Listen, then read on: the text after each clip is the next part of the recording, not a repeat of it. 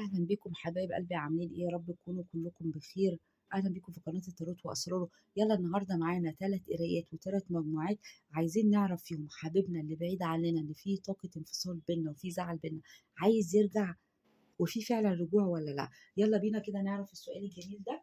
بشكر طبعا جميع المتابعين ليا، الكويت، الامارات، السعوديه، دبي، عمان، صعيد مصر، ارياف مصر. متشكره جدا ليكم ولدعمكم الجميل ليا. يلا بينا كده نعرف، معانا 3 قرايات و3 مجموعات. بسم الله الرحمن الرحيم.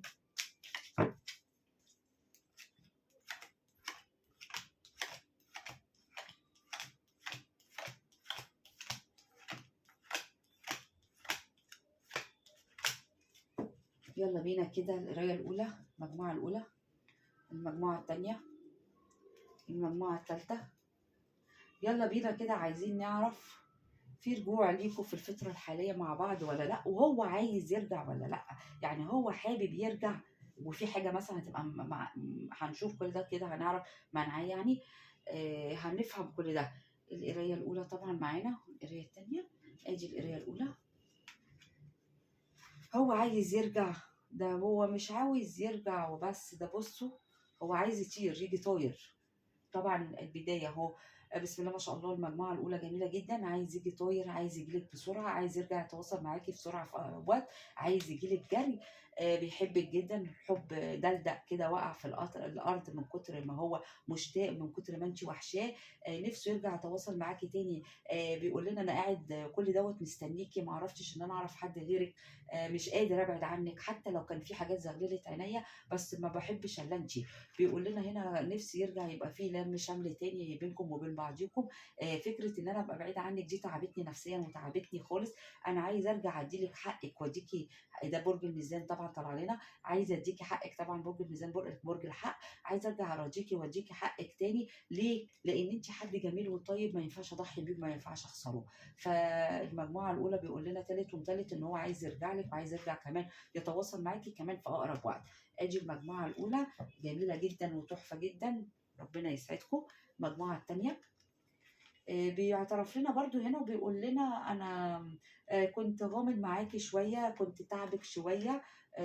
كنت في حاجات بخفيها عنك، في حاجات ما كنتش بعرفها لك، في حاجات كنت بخبيها عنك، وكنت بعمل لك مشاكل كتير، وكنت على طول تعبك، وانتي سبتي لي الدنيا ومشيتي علشان مشاكل او وجع الدماغ اللي انا كنت بعمله، او اهمالي اللي انا كنت بهملك بيه. يعني هو بيعترف لنا ان هو كان بيبوظ الدنيا معاك بحاجات كتير. يعني هو ما قالش، ما يعني اعترف. بس هو هنا بيقول لنا ان انا شغوف عليك جدا وبحبك قوي، ما اقدرش انساك ومش عارف انساك ومش عارف ابعد عنك. هو برضو بيعترف لنا ان هو بيحبك.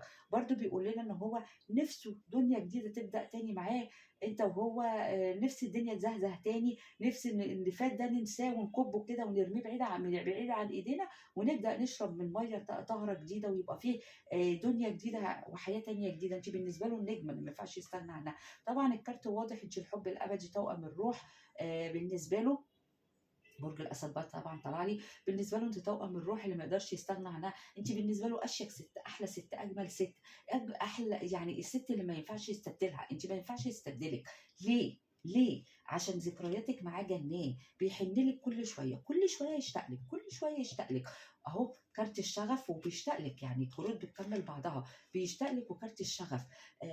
بيفكر فيكي ليل ونهار. كارت حنين الذكريات، ده كارت الذكريات. بيفكر فيكي كل شويه، كل ذكرياتك معاه مموتاه.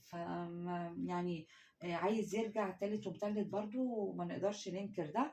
يلا بينا المجموعة الثالثة. انهار في بعده عنك، هو انهار هنا، كارت الانهيار. بيقول لك انا انهارت وتعبت ومت واتدمرت في بعدك، في البعد.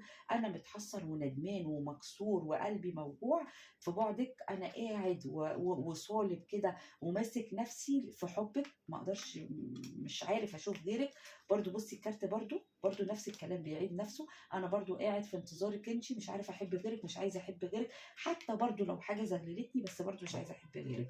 برضو هنا كارت الهديه وكارت العطاء وكارت انه عايز يجيلك ويتواصل معاكي بسرعه. احنا كان سؤالنا ان هو يرجع وبسرعه. فعلا بصوا الرجوع، عايز يرجع وبسرعه، ويقدم لك كمان حاجه تفرح قلبك ويراضيكي. ولو الرجوع بطيء هيكلم في التليفون، يعني ده كارت كده كده الفرحه. نفسه طبعا يكون معاكي في ترسيم، يكون في مناسبه تجمعكم، نفسه ان هو حتى يا ستي لو هيقابلك في كافيه بس حاجه تجمعنا ونقعدوا نتكلموا مع بعض. الثلاث قرايات احسن من بعض والثلاث قرايات اجمل من بعض. في رجوع بينكم ان شاء الله قريب باذن الله.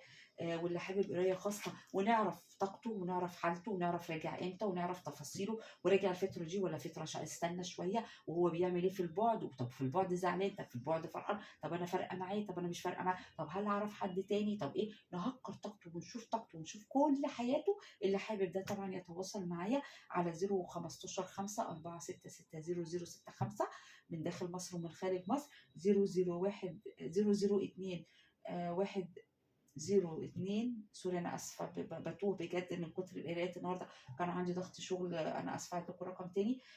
002 01 55 466 0065. حقكم عليا طبعا لان والله ضغط شغل جامد النهارده، والله من الصبح قسما بالله في شغل ومطحونه، فالحمد لله ان انا بعرف اطلع وقت اعرف اقعد كده واعمل القرايه الجميله دي. بس انا عشان والله بحبكم وبعشق الطور طبعا، فبحاول اطلع وقت كده اعمل فيه القرايات.